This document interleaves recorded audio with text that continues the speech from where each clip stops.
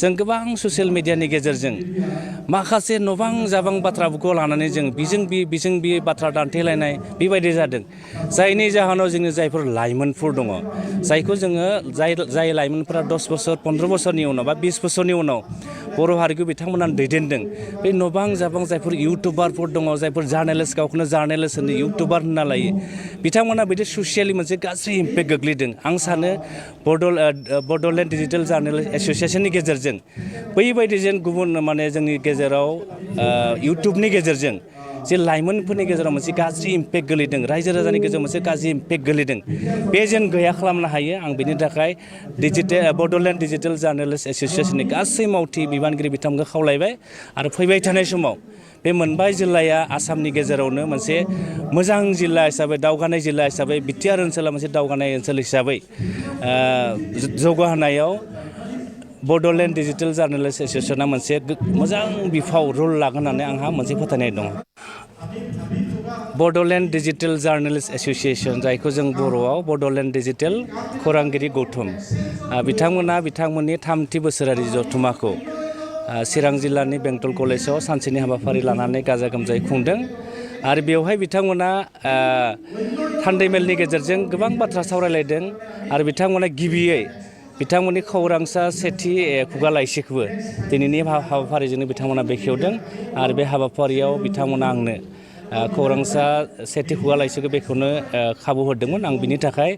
Bodoland digital जार्नेलिस्ट एस'सियेसननि आफादगिरि गाहाय नेहाथारि लोगोसे गुबुन बिबानगिरि बिथांमोनखौ साबायखर बावदों आरो आं सानो जि थांखि आरो नोजोरखौ लानानै बिथांमोना दिनै बोसोरथाम जाफैबाय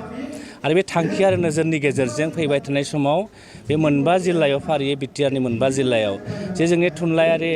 थुनलाइनि बिथिङाव समाजारि बिथिङाव सोलोंथाइनि बिथिङाव रांखान्थि बिथिङाव राजखान्थि बिथिङाव जिखिनि जोंनाव सोलायनांगौ दङ बे बड'लेण्ड डिजिटेल जार्नेलिस्ट एस'सियेसननि गेजेरजोंनो बे मोनबा जिल्लायाव मोनसे सोलायनाय फैगोन होननानै आं दुलाराय बर' फरायसा आफादनि सासे सोद्रोमा महरै आं फोथायनाय दङ आरो बिथांमोना बे हाबाफारिखौ लानायनि थाखाय आं दुलाराय बर' फरायसा आफाद आरो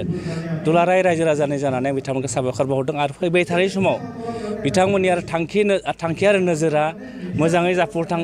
सारथों आं बेखौ मिजिंथिबाय आरो मोनसे खोथाखौसो आं दिनै बुंनो नागिरदों जोंनि गेजेराव जों गोबां ससियेल मिडियानि गेजेरजों माखासे नबां जाबां बाथ्राफोरखौ लानानै जों बिजों बि बाथ्रा दान्थेलायनाय बेबायदि जादों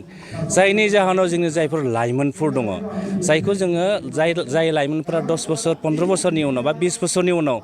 बर' हारिखौ बिथांमोना दैदेनदों बे नबां जाबां जायफोर इउटुबारफोर दङ जायफोर जार्नेलिस्ट गावखौनो जार्नेलिस्ट होनो इउटुबार होनना लायो बिथांमोना बिदि ससियेलि मोनसे गाज्रि इम्पेक्ट गोग्लैदों आं सानो बड'लेण्ड डिजिटेल जार्नेलिस्ट एस'सियेसननि गेजेरजों बैबायदि जेन गुबुन माने जोंनि गेजेराव इउटुबनि गेजेरजों जे लाइमोनफोरनि गेजेराव मोनसे गाज्रि इम्पेक्ट गोलैदों रायजो राजानि गेजेराव मोनसे गाज्रि इम्पेक्ट गोलैदों बे जेन गैया खालामनो हायो आं बेनि थाखाय बड'लेण्ड डिजिटेल जार्नेलिस्ट एस'सियेसननि गासै मावथि बिबानगिरि बिथांमोनखौ खावलायबाय आरो फैबाय थानाय समाव बे मोनबा जिल्लाया आसामनि गेजेरावनो मोनसे मोजां जिल्ला हिसाबै दावगानाय जिल्ला हिसाबै बिटिआर ओनसोला मोनसे दावगानाय ओनसोल हिसाबै जौगाहोनायाव बड'लेण्ड डिजिटेल जार्नेलिस्ट एस'सियेसना मोनसे मोजां बिफाव रल लागोन होननानै आंहा मोनसे फोथायनाय दङ जोंनि गेजेराव जों गोबां ससियेल मिडियानि गेजेरजों माखासे नबां जाबां बाथ्राफोरखौ लानानै जों बिजों बि बाथ्रा दान्थेलायनाय बेबायदि जादों जायनि जाहोनाव जोंनि जायफोर लाइमोनफोर दङ जायखौ जोङो जाय लाइमोनफोरा 10 बोसोर 15 बोसोरनि उनाव बा 20 बोसोरनि उनाव बर' हारिखौ बिथांमोना दैदेनदों बे नबां जाबां जायफोर इउटुबारफोर दङ जायफोर जार्नेलिस्ट गावखौनो जार्नेलिस्ट होनो इउटुबार होनना लायो बिथांमोना बिदि ससियेलि मोनसे गाज्रि इम्पेक्ट गोग्लैदों आं सानो बड'लेण्ड डिजिटेल जार्नेलिस्ट एस'सियेसननि गेजेरजों बैबायदि जेन गुबुन माने जोंनि गेजेराव इउटुबनि गेजेरजों जे लाइमोनफोरनि गेजेराव मोनसे गाज्रि इम्पेक्ट गोलैदों रायजो राजानि गेजेराव मोनसे गाज्रि इम्पेक्ट गोलैदों बे जेन गैया खालामनो हायो आं बेनि थाखाय बड'लेण्ड डिजिटेल जार्नेलिस्ट एस'सियेसननि गासै मावथि बिबानगिरि बिथांमोनखौ खावलायबाय आरो फैबाय थानाय समाव बे मोनबा जिल्लाया आसामनि गेजेरावनो मोनसे मोजां जिल्ला हिसाबै दावगानाय जिल्ला हिसाबै बिटिआर ओनसोला मोनसे दावगानाय ओनसोल हिसाबै जौगाहोनायाव बड'लेण्ड डिजिटेल जार्नेलिस्ट एस'सियेसना मोनसे मोजां बिफाव रल लागोन होननानै आंहा मोनसे फोथायनाय दङ बड'लेण्ड डिजिटेल जार्नेलिस्ट एस'सिएशन जायखौ जों बर'आव बड'लेण्ड डिजिटेल खौरांगिरि गौथुम बिथांमोना बिथांमोननि थामथि बोसोरारि जथुम्माखौ चिरां जिल्लानि बेंटल कलेजाव सानसेनि हाबाफारि लानानै गाजा गोमजायै खुंदों आरो बेवहाय बिथांमोना थान्दै मेलनि गेजेरजों गोबां बाथ्रा सावरायलायदों आरो बिथांमोना गिबियै बिथांमोननि खौरांसा सेथि खुगा लाइसिखौबो दिनैनि हाबाफारिजोंनो बिथांमोना बेखेवदों आरो बे हाबाफारियाव बिथांमोना आंनो खौरांसा सेथि खुगा लाइसिखौ बेखेवनो खाबु होदोंमोन आं बिनि थाखाय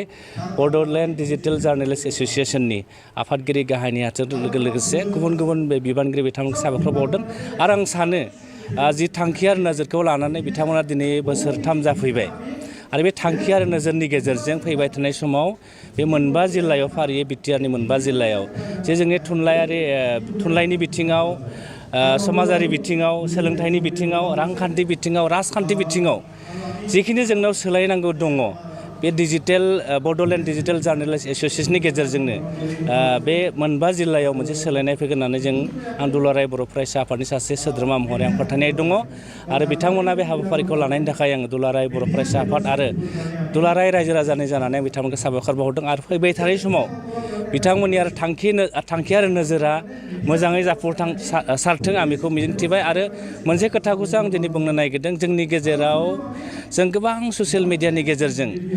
माखासे नबां जाबां बाथ्राफोरखौ लानानै जों बिजों बि बाथ्रा दान्थेलायनाय बेबायदि जादों जायनि जाहोनाव जोंनि जायफोर लाइमोनफोर दङ जायखौ जोङो जाय लाइमोनफोरा 10 बोसोर 15 बोसोरनि उनाव बा 20 बोसोरनि उनाव बर' हारिखौ बिथांमोना दैदेनदों बे नबां जाबां जायफोर इउटुबारफोर दङ जायफोर जार्नेलिस्ट गावखौनो जार्नेलिस्ट होनो इउटुबार होनना लायो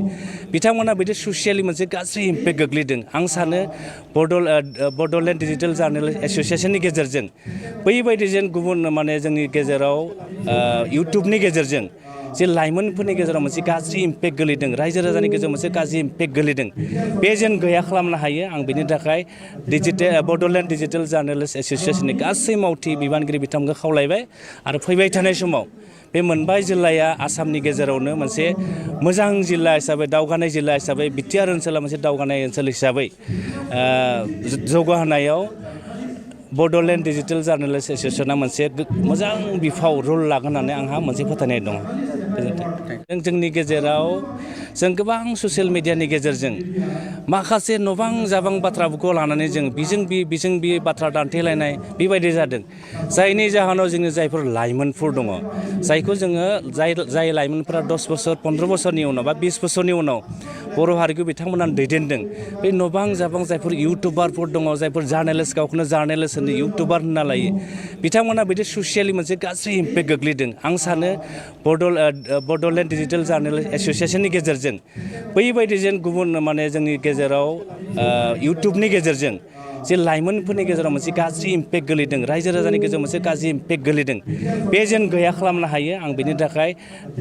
बड'लेण्ड डिजिटेल जार्नेलिस्ट एस'सिएशननि गासै मावथि बिबानगिरि बिथांमोनखौ खावलायबाय आरो फैबाय थानाय समाव बे मोनबा जिल्लाया आसामनि गेजेरावनो मोनसे मोजां जिल्ला हिसाबै दावगानाय जिल्ला हिसाबै बिटिआर ओनसोला मोनसे दावगानाय ओनसोल हिसाबै जौगाहोनायाव बड'लेण्ड डिजिटेल जार्नेलिस्ट एस'सिएशना मोनसे मोजां बिफाव रल लागोन होननानै आंहा मोनसे फोथायनाय दङ बड'लेण्ड डिजिटेल जार्नेलिस्ट एस'सिएशन जायखौ जों बर'आव बड'लेण्ड डिजिटेल खौरांगिरि गौथुम बिथांमोना बिथांमोननि थामथि बोसोरारि जथुम्माखौ चिरां जिल्लानि बेंटल कलेजाव सानसेनि हाबाफारि लानानै गाजा गोमजायै खुंदों आरो बेवहाय बिथांमोना थान्दै मेलनि गेजेरजों गोबां बाथ्रा सावरायलायदों आरो बिथांमोना गिबियै बिथांमोननि खौरांसा सेथि खुगा लाइसिखौबो दिनैनि हाबाफारिजोंनो बिथांमोना बेखेवदों आरो बे हाबाफारियाव बिथांमोना आंनो खौरांसा सेथि खुगा लाइसिखौ बेखेवनो खाबु होदोंमोन आं बिनि थाखाय बड'लेण्ड डिजिटेल जार्नेलिस्ट एस'सिएशननि आफादगिरि गाहाय नेहाथारजों लोगोसे गुबुन गुबुन बिबानगिरि बिथांमोनखौ साबायखर बावदों आरो आं सानो जि थांखि आरो नोजोरखौ लानानै बिथांमोना दिनै बोसोरथाम जाफैबाय आरो बे थांखि आरो नोजोरनि गेजेरजों फैबाय थानाय समाव बे मोनबा जिल्लायाव फारियै बिटिआरनि मोनबा जिल्लायाव जे जोंनि थुनलाइनि बिथिङाव समाजारि बिथिङाव सोलोंथाइनि बिथिङाव रांखान्थि बिथिङाव राजखान्थि बिथिङाव जिखिनि जोंनाव सोलायनांगौ दङ बे बड'लेण्ड डिजिटेल जार्नेलिस्ट एस'सियेसननि गेजेरजोंनो बे मोनबा जिल्लायाव मोनसे सोलायनाय फैगोन होननानै आं दुलाराय बर' फरायसा आफादनि सासे सोद्रोमा महरै आं फोथायनाय दङ आरो बिथांमोना बे हाबाफारिखौ लानायनि थाखाय आं दुलाराय बर' फरायसा आफाद आरो दुलाराय रायजो राजानि जानानै बिथांमोनखौ साबायखर बावहरदों आरो फैबाय थानाय समाव बिथांमोननि आरो थांखि आरो नोजोरा मोजाङै जाफुंसारथों आं बेखौ मिजिंथिबाय आरो मोनसे खोथाखौसो आं दिनै बुंनो नागिरदों जोंनि गेजेराव जों गोबां ससियेल मिडियानि गेजेरजों माखासे नबां जाबां बाथ्राफोरखौ लानानै जों बिजों बि बाथ्रा दान्थेलायनाय बेबायदि जादों जायनि जाहोनाव जोंनि जायफोर लाइमोनफोर दङ जायखौ जोङो जाय लाइमोनफोरा 10 बोसोर 15 बोसोरनि उनाव बा 20 बोसोरनि उनाव